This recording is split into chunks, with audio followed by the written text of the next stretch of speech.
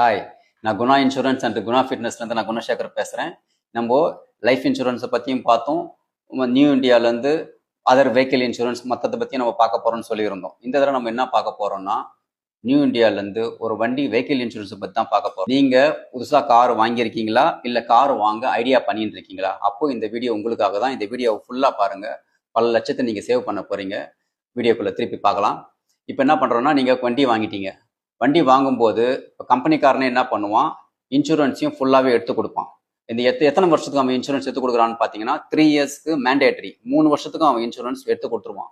அவங்க சொல்லும்போது கார் கம்பெனிலேருந்து பக்காவாக தான் சொல்கிறாங்க, 3 வருஷத்துக்கு நான் இன்சூரன்ஸ் எடுத்து கொடுக்குறேன், எதுக்கெல்லாம் நான் கவர் பண்ணுறேன்னு அவங்க சொல்கிறாங்க. ஆனால் எல்லாருக்குமே இது போய் புரியுமானா, மோஸ்ட் ஆஃப் த பீப்புளுக்கு இது புரியவே புரியாது. விஷயம் தெரிஞ்ச ஆளுங்க சில பேருக்கு அவங்க சொல்லும் போதே கரெக்டாக புரிஞ்சுப்பாங்க.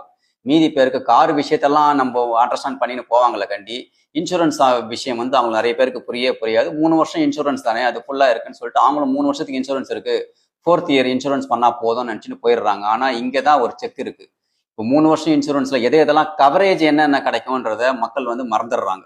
இப்போ கவரேஜ் பார்த்தீங்கன்னா, ஃபர்ஸ்ட் இன்சூரன்ஸ் மெயினாக என்ன கவர் ஆகுதுன்னா, நம்ம வண்டிக்கு எதனா ஆவறது ஓன் டேமேஜ்னு கவர் பண்றாங்க. இது ஃபர்ஸ்ட் பார்ட். இன்னொரு பார்ட் என்னன்னா தேர்ட் பார்ட்டின்னு கவர் பண்றாங்க. இது ரெண்டும் சேர்ந்ததை தான் package and comprehensive insurance, full இன்சூரன்ஸ்னு சொல்றோம்.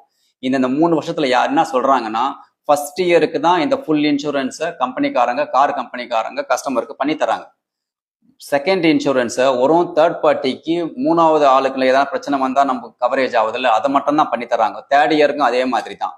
அப்போ செகண்ட் இயர்ல நம்ம விட்டுட்டோம்னா, நம்ம வண்டி வேற யார் மேலாம் இடிச்சுட்டா தேர்ட் பார்ட்டி கவரேஜ் வருது இல்லையா, அதுக்கு மட்டும் தான் இன்சூரன்ஸ் கவர். தேர்ட் இயரும் அதே மாதிரி தான். அப்ப நம்ம வண்டி ஏதாவது பெரிய ஆக்சிடென்ட் ஆயிடுச்சு, டோட்டல் டேமேஜ் ஆயிடுச்சு, தெஃப்ட் ஆயிடுச்சு, ஃபிளட்ல மாட்டிக்கிச்சு, அப்போ இன்சூரன்ஸ் செகண்ட் இயர்ல கிளைம் பண்ண முடியுமானா, நீங்க இதே மாதிரி எடுத்து வச்சிருந்தீங்கன்னா கண்டிப்பா கிளைம் பண்ண முடியாது. அப்போ என்ன பண்றதுன்னு கேக்குறீங்களா? அப்போ நம்ம ஓன் டேமேஜுக்கு ஃபர்ஸ்ட் இயர் அவன் பண்ணால, செகண்ட் இயருக்கு அவங்க பண்ணல. அப்போ நம்ம தனியா ஓன் டேமேஜுக்கு மட்டும் இன்சூரன்ஸ் கம்பெனி எதனா நம்ம பிடிச்சிட்டு, அந்த ஓன் டேமேஜுக்கு மட்டும் ஸ்டாண்ட் அலோன் ஒரு இன்சூரன்ஸ் இருக்கு.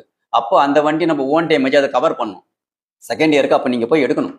தேர்ட் பார்ட்டிக்கு நீங்க பே பண்ண தேவையில்ல, தேர்ட் பார்ட்டி ஏற்கனவே கொடுத்தாச்சு. தேர்ட் இயரும் அதே மாதிரி நீங்க ரினியூவல் பண்ணிட்டீங்கன்னா ஓன் டேமேஜை, நீங்க செக்யூர்டா இருப்பீங்க. தேர்ட் பார்ட்டிக்கு நீங்க ப்ரீமியம் பே பண்ண தேவையில்லை. இப்போ 4th இயர் நீங்க போயிட்டீங்கன்னா, அதே இன்சூரன்ஸ் கம்பெனியில் ஓன் டேமேஜுக்கும் தேர்ட் பார்ட்டிக்கும் சேர்த்து நீங்க இன்சூரன்ஸ் எடுத்தா பேக்கேஜ் இன்சூரன்ஸ்ல வந்துடும். You are safe.